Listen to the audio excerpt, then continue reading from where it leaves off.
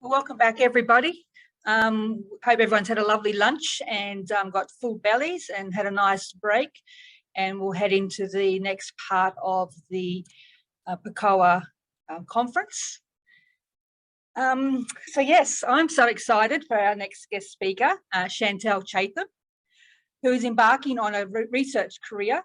Chantelle is a community corrections officer in Queensland, and I've had the pleasure of knowing Chantelle for numerous years when she commenced her career with QCS.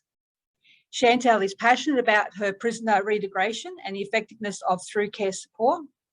Her current research through Central Queensland University focuses on the unique reintegration needs of remanded prisoners and looks to begin a discussion around an appropriate approach when providing reintegration support to prisoners unique to their prison status. She strongly believes that positive changes must be made through evidence-based and critical evaluated practices, and she plans to be a driving force for research pertaining to remanded prisoners, specifically supporting policy and applied practice advances within not-for-profit organisations, academia and government agencies. Please put your hands together for Chantelle. Thank you very much, Karen. Let me just bring up my presentation for everybody. There we go. Well, it's lovely. Thank you all for coming along today. It's so nice to see such a great turnout. And I'm really, really happy to be talking to you all about my research so far and what that's kind of looking like. I think I couldn't have had a better lead in through Dr. Reich, Shannon and Richard, because I think it's really important to reinforce the lived experiences and really taking those on board when we're looking at introducing new measures to better support people who are in custody or who have come out of custody. So as you can see on the screen there, my research is focusing on the lived experiences of remanded prisoners on remand. So this is a specific cohort that I've chosen to focus on for a number of reasons, but I will go through them with you shortly. Firstly, I thought it might be best to just give you a little bit of context around how I came to get into this. And I think it's important because I started my career with Queensland Corrective Services and I was fortunate enough to have the opportunity to work within the re-entry space.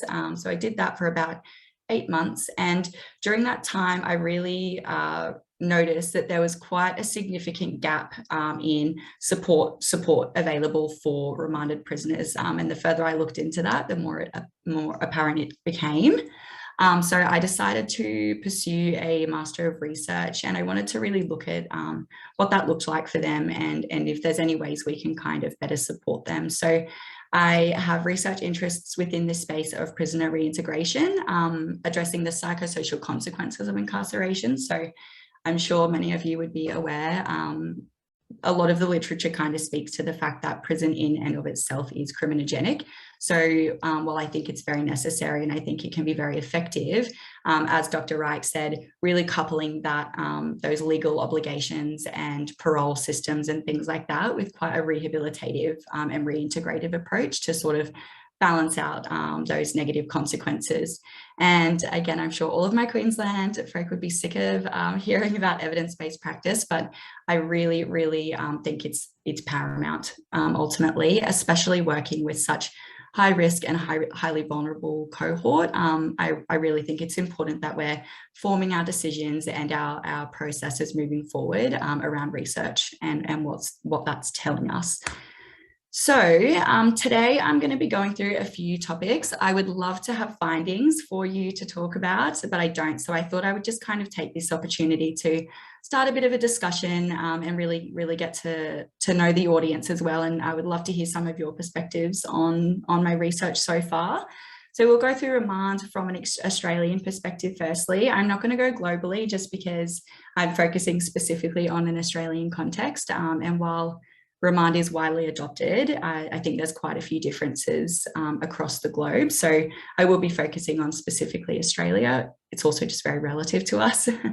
Identifying the problem and considering possible solutions. I'll kind of talk you through my journey getting to this point as well. And yeah, I look forward to speaking about that part of it all. With that, I'll go through my research project, what I hope to do, what my plan is, and what I intend for that to look like. and then the intended benefits and scope. So who will influence why I think it needs to be done now and what I hope to do with it in the future as well. So moving on, we're looking at remand from an Australian perspective. So I've kind of put through a really quick snapshot here around what we're looking at statistics wise for remanded prisoners in Australia. It definitely shocked me. I was surprised at the number of people on remand in custody. And I was just blown away to see that it was increasing as well. So at June this year, there was 43,000 prisoners in custody and over 15,000 of them were on remand. So that's more than a third of our incarcerated population in custody, unsentenced, awaiting their court date. And so fortunately, there's a lot of there's limited research around what that looks like for them and what we can be doing to really support them through that time, because I know for myself personally, I would be feeling very overwhelmed with the unknown, and I can assume that that would be influencing them as well. But there's no research to support that. So I'm hoping my research will kind of give us some clearer answers around that. There's been a 10% increase in remanded prisoners between June 2020 and June 2021. So you can see that it is becoming a bigger focus, and understanding why that is the case. Some of the research I've looked at speaks to the idea that that's because there's been an increase in breach of justice and breach of bail offences. So that unreliability of coming to court and not being able to proceed with the court matter. So again, looking at why that is, you know, from a perspective, sometimes it's really easy to think, why can't they just come to court? What's going on there? But when we look a bit deeper into it, I'm sure there are a number of factors going on behind the scenes as well for them as to why they can't come, whether that be mental health, substance abuse, transport issues, things as simple as those responsivity factors that we are so fortunate to have access to, that these people may not. And so by remanding them in custody, what does that then look like for them? Because that's a further breakdown of their social supports. And I thought I'd throw this one in there. It's very well known to everybody, but 92% of all prisoners are male. It's predominantly male, and that doesn't change for the remanded cohort either. So I'll speak to that a little bit soon, but my research will focus specifically on the remanded male cohort. And that's primarily because a lot of the research kind of speaks about the fact that women have unique needs beyond what we would expect as well. So yes, focusing specifically on males. So I'll go through the basis for the research. I kind of gave a bit of an overview around my time in re-entry and how I was finding that a large number of people were on remand, and they were kind of struggling to get that support whilst they were in custody. So I started looking a little bit deeper, and I realized that there is a significant gap within the field of remanded prisoner research. And there could be hundreds of reasons for that. The conclusion I've kind of drawn from the literature is that remanded prisoners aren't specifically excluded from research. It's more so that there's specific inclusion criteria. So for example, they must have a conviction, or they're convicted of violent offences, or whatever it might be. So it's not necessarily that nobody wants to really look into it. It's just more so that there's other priorities or inclusion criteria that are being focused on a little bit more, which means our remanded prisoners are stuck on the side. I feel probably feeling a bit low and under the radar. So I'm really hoping that this research can kind of create a bit more of a discussion and a bit more knowledge around what that really looks like for them. There is a national and global push on prisoner rehabilitation. I'm sure you are all very aware, the implementation of end-to-end case management with Queensland Corrective Services. I know there was the Through Care evaluation and pilot program in the Australian Capital Territory. So there's really significant movements going into supporting prisoners to rehabilitate and reintegrate as well from society, which is great to see. And I really hope that that continues on a really positive path, because I think we've seen some really, really positive outcomes so far. I know I was reading a study, and basically by doing a program for violent offenders, they had seen a decrease in violent convictions by more than 50% for that program. So it's effective. Rehabilitative measures are effective, and then supported by reintegrative as well. That's just a double whammy. So the primary basis for the research, or what my research sort of aligns with, is recommendation 33 of the Queensland Parole System Review. So that was released by Walter Sofronoff in 2016. And ultimately it occurred because there was a really horrific incident for somebody. Somebody was murdered by someone who was on parole, and there was further consequences as well. So there was an external review undertaken to look at what's going wrong in the parole system and what can be improved. And recommendation 33 outlined that corrective services should expand re-entry services, including specialty services, to assist remanded and short sentence prisoners. And I really want to draw your attention to the specialty services because that's something that I'm quite interested in. I really want to know what that looks like, but with such limited research in the field, I think it's really important that we get a bit of a foundational understanding and a bit more knowledge around the lived experiences of remanded prisoners and their perceived concerns coming out of custody before we go and implement quite costly and time-consuming resources to support these people. So going back again, and I'm really grateful for Shannon and Richard coming on and giving their experiences as well, because again, it just really enforces the fact that we need to be listening to the people who are actually living in these experiences, because it's very well and good to say that we know what's best for them, but unless we are actually sitting down, really speaking with them and interpreting their own experiences, we can't make effective changes ultimately, or that's my argument anyway. So yes, that's kind of the basis for the research and what I really use to form the proposal. And so within that, I've kind of had to identify as well a justification for the research and why it needs to happen. So the research has told us that there is an unsustainable increase in remanded prisoner numbers. We know that the correctional systems are already overloaded, cell sharing, a lot of other issues are coming about with that, extensive wait lists for programs and things like that. So if that was to continue at the rate that it is, it's only safe to say that it would affect, the security and the good order and ultimately the safety of not only the community, but also people within custody as well, because we need to understand the flow-on effects and those unintended consequences. So as I said, whilst I think remand is incredibly important, I think it's really beneficial that we look at coupling that with a rehabilitative and reintegrative approach, so that we can best support them and lessen their chances of coming back to custody or being remanded again. Remanded prisoners are regularly excluded from studies addressing rehabilitation and reintegration. Again, going back to what I said earlier, I don't necessarily think this is a specific targeted problem. It's more so they're regularly left out because there's specific inclusion criteria that is being prioritised. So I really, really want to focus on that remand cohort and building a better understanding of what that looks like for them.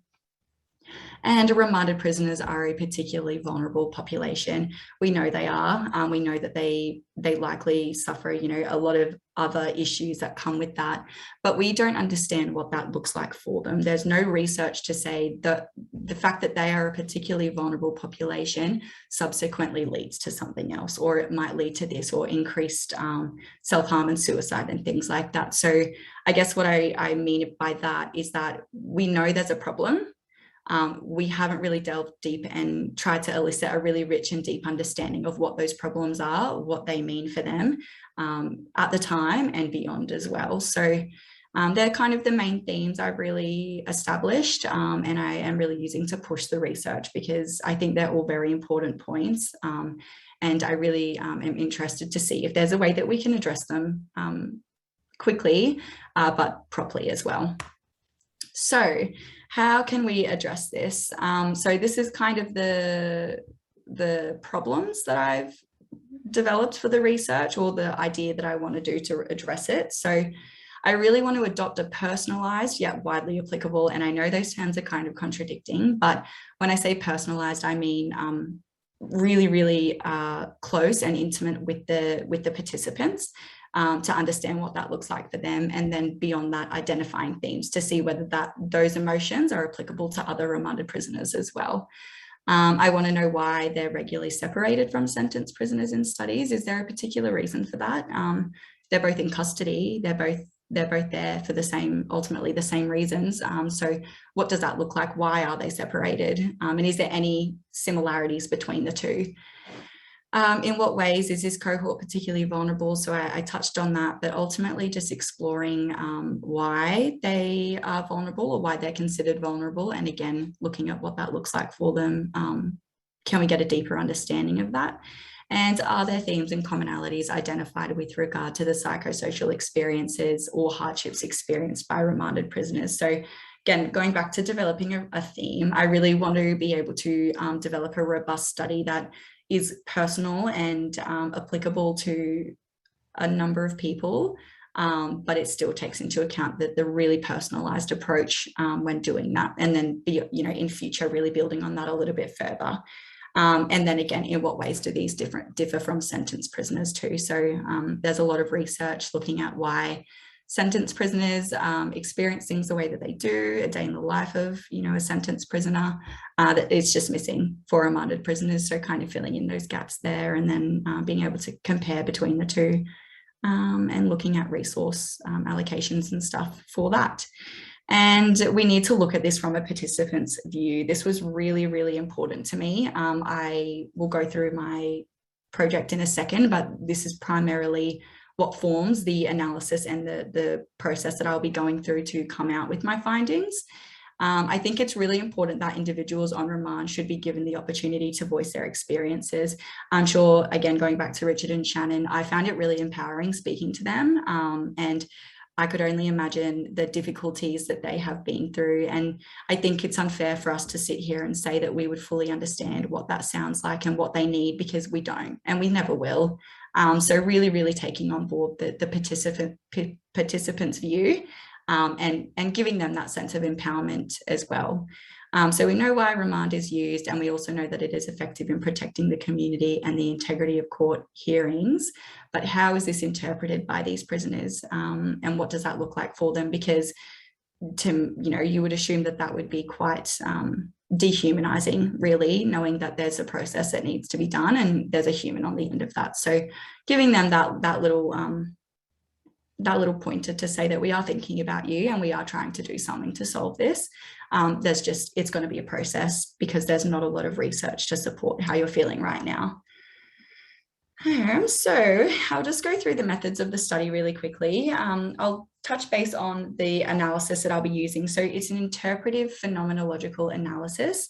Basically what that means is that I will be using the participants' experiences as the sole, essentially the accurate and distinctive views of that person is what is true and fair. I will be completing my own reflective journal to ensure that my own personal biases, because I do work for the correctional system, so it's only safe to say that there will probably be some internal biases. So just making sure that I've got a reflective journal so I can really interpret that and take that on board when I am analysing the data and interpreting my findings and things like that. And it will be quite a reflexive approach as well, with a small participant group. So there's studies to suggest that when doing interpretive phenomenological analysis, or IPA, it's best to use a small participant group and really focus deeply on those people. So hopefully have between 7 and 10 participants to focus on. And the way that I will be doing it will be a 2-stage qualitative design. So I've specifically chosen to do it across 2 stages, or 2 separate interviews, for a number of reasons, but mainly I want these participants to feel as though they can develop rapport with me. I want this to be a fact-finding mission, a very curious approach, basically, and I really want them to understand that they can vent to me, and this, I will be their dump buddy, essentially. I just really want to understand exactly what's going through their head and how they're feeling. So by doing this 2-stage design, I'm giving them an opportunity to meet with me multiple times. And it also gives them an opportunity to learn a bit more about me, or have a bit more of a relaxed conversation before getting into the nitty-gritty of it all, basically. So essentially what will happen is, in the first stage of interviews, I will go through, again, quite generalized, just discussing what's going on for them, getting an understanding of the day in their life, asking questions about their interpretations. And then what I will do is I will go and analyze that data, identify some themes, And then with the second stage of interviews, go back and really go through and get into the nitty-gritty with it all. And that will give them an opportunity as well to whether they need to reinforce something they said or reflect on what they said and change what that might be, then that gives them that opportunity to do that. And then from there, we'll have the completion of the study and the findings and all of that fun stuff. So yes, I'm looking very forward to it. COVID has caused a lot of issues, unfortunately. So hoping to have this done within the next 6 to 12 months, but we'll just see how we go. And then who will this benefit? So I've really tried to do this in a way that it will benefit a number of people. So primarily remanded prisoners and their better understanding of their needs subsequently, hopefully introducing some better support down the track as well.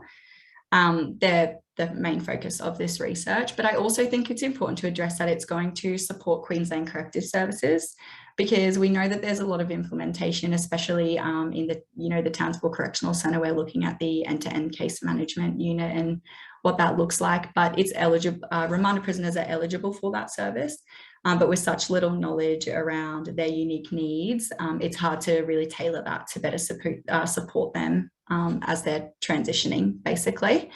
And case managers and professional officers working directly with this cohort as well. So a statistic that really shocked me too was that 43% of remanded prisoners are actually released on the day of their court appearance. So whether that be to community-based supervision or whether that be to no supervision at all, when we're not understanding those needs, we can't tailor our case management to support them and better manage them, essentially, to move from that desistance. That's providing they're convicted of these offences, of course. So yes, I really hope that this will be quite a holistic and generalised but really personal study as well, so that we can have a foundation then to build on in the future to support QCS and the remanded prisoners as well. I thought I should quickly touch base as well on the eligibility criteria for the study. It's an important part. Participants to be eligible for the study, they will have to be male. They will have to have been on remand for longer than the median period of time. And that's because I am focusing on people who have been on remand for enough time to really experience the effects of it. So I believe at this point in time, it's 3.8 months. And they must not have a court date within a month coming up to the study, because I just want to be able to make sure they can be there for the fulfillment of the study, essentially. Aboriginal and Torres Strait Islander people will be included, and people with cognitive impairments or English as a second language will also be included. There will just be some extra processes within that to ensure that they can give informed consent, because that's a really, really big part of this. So yes, I think I have some contact details here. If you've got any research related questions or discussions, my university email would be best to contact me on. But as I said, I also work for Queensland Corrective Services, so happy to have a chat over there as well. And I've also just got some further reading down here as well, just looking at the criminogenic effects of imprisonment and the psychological dimensions and the social consequences of incarceration. I think it's really important that we are around what the effects of prison is, so that we can better tailor our support services to make sure that we're acknowledging it and we're helping them address it, essentially. So yes, it's very much a watch this space, and I hope you can all follow along with me for it. Fantastic, Chantelle, a wonderful presentation, and not just interesting stuff, sort of making me feel like a bit like an inadequate CCO, not thinking outside the box and looking at the deeper meanings of things going on. So some of us just point at paper and say, don't do bad things anymore. So no, I think it's very interesting, and it's certainly the way that we need to go. There is some questions that are coming through. We do have another presentation first, but we will keep those aside and make sure that your questions are addressed by Chantelle at the end. So thank you very much for your presentation, and you'll be back for some question and answers a little bit later on. Yes, but we'll thank bring you. up, no dramas at all. We'll bring up Tony Schillebert from South Australia once again to introduce our next presentation.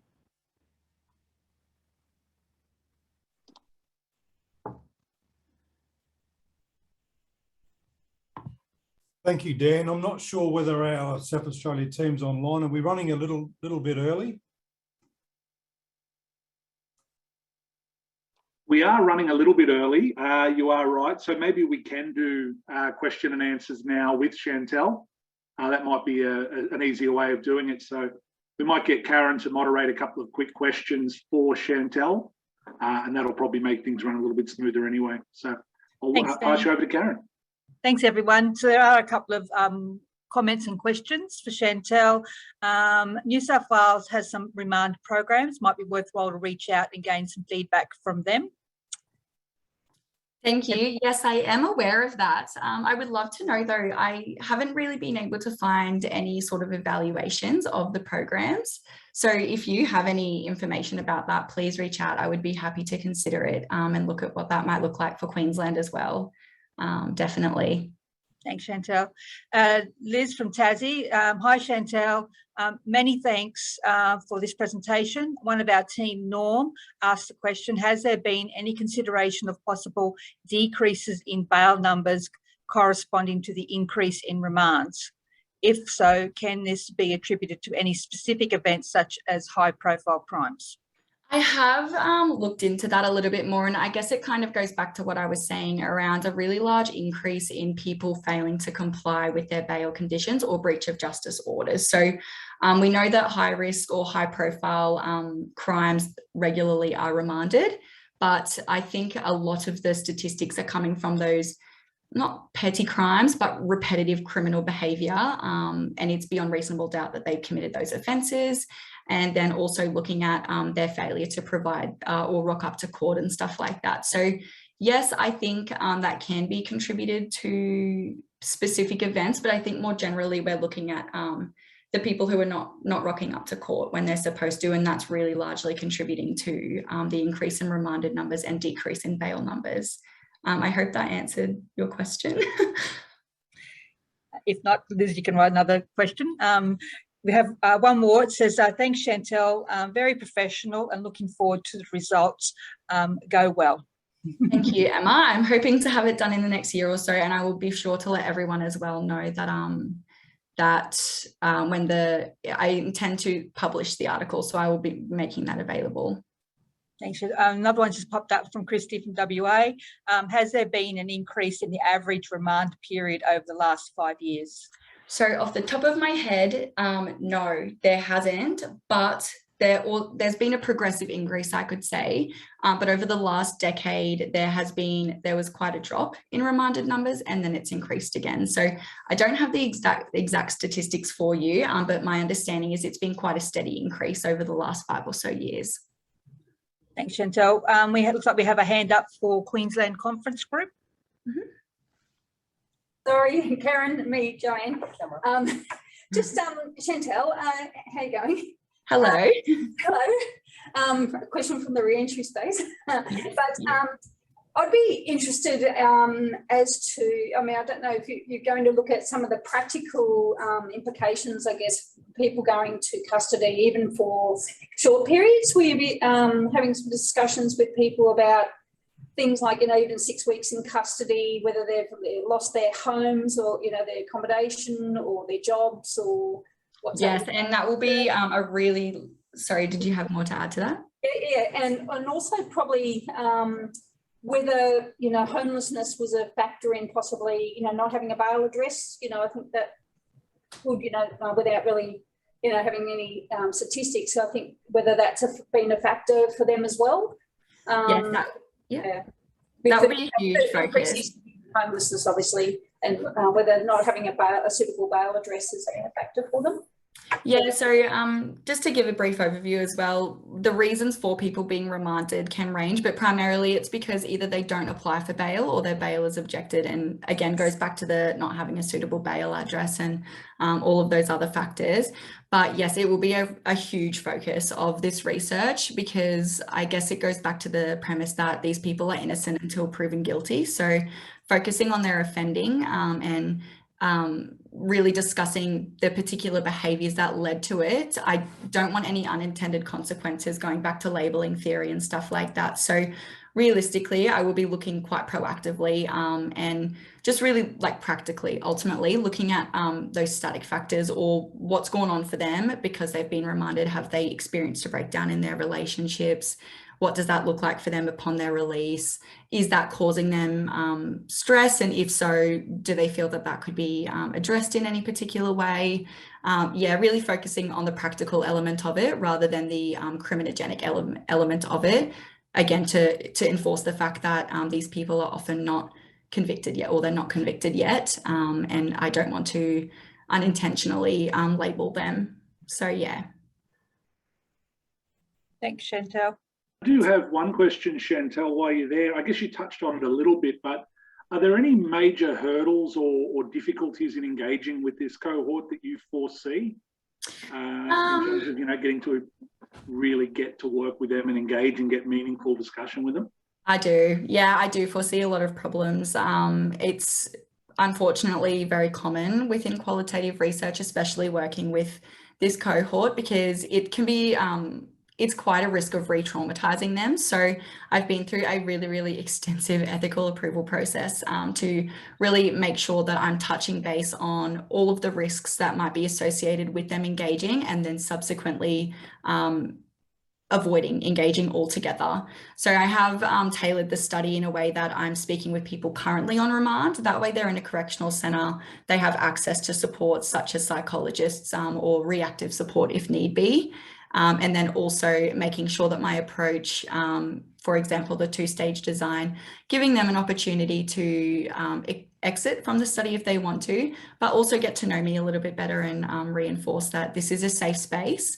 And I do understand that this can be quite difficult for you. So if you choose not to engage, that is fine. I do think I'll be taking expressions of interest from a large group of people, and then we'll tailor that down as well to get a 7 to 10 participants. So fingers crossed I can get that sweet spot, but we'll just see how we go. We all know some of our clients and offenders are some of the most reliable and easy to work with people. So yes. But I guess beyond that, there is some, as you said, a rigorous ethical process. But in terms of, I guess, your personal ethics in dealing with these offenders, well, I guess it's difficult to call them offenders. They're almost alleged offenders at that point. Yes. And it's very easy to label them. I guess that's something that you're going to be really conscious of as well. Massively. Yep. It's been, it's been on the back of my mind and the forefront of my priorities this whole process, because like I said, retelling their story can be quite traumatizing. Going back to what's happening for them at the time can be quite traumatizing. So yes, the ethical clearance has been understandably quite extensive. So yeah, I'm really hoping that I can really touch on that all in a very emotional and empathetic way. Awesome. And look, just one last one. I'm aware it's not my show, and no one wants to hear my questions, but in terms of, I guess, your passion and why you've chosen to go down this path, I guess you touched on it a little bit, but why specifically this when there are so many different facets to corrections and different cohorts of offenders that you could be working with or researching into? Well, when I was working in re-entry, I did a bit of a review on people being released from custody and then what that looked like for them. I can't remember the exact statistics, but these people were being released to a particular boarding house for a bit of context, and the volume of them that were suspended within the first few weeks of being out in the community, like, really shocked me. I was just blown away. And I suppose that probably comes a little bit from my inexperience and immaturity, and also lack of exposure to the field at the time. So I then became really interested in looking at that particular period of time upon release. Is it something that's breaking down for them that's causing this to happen, or is it a long process ultimately? So yeah, like I said, going back to the through care support and things like that, I'm really, really intrigued to look at the reintegration. I was never particularly focused on remanded prisoners, to be completely honest, until I noticed there was such a gap in the field. So I've decided to take that and run with it. Awesome. Chantelle, just got a couple of questions or statements coming through. Ashley saying you will have a captive audience in terms of being pre-sentence, so you may not have as much of an issue of attendance and participation as you think. That's promising. And Andre saying, good work, Chantelle, and amazing insight. Super excited to see your research once it's completed. Thank you, everyone. That's really lovely. I'm excited to get it all out there and see how it goes. Awesome. Well, thank you so much, Chantelle. It was a wonderful presentation, and thank you for moderating some questions there, Karen. Brilliant. My attempts to interview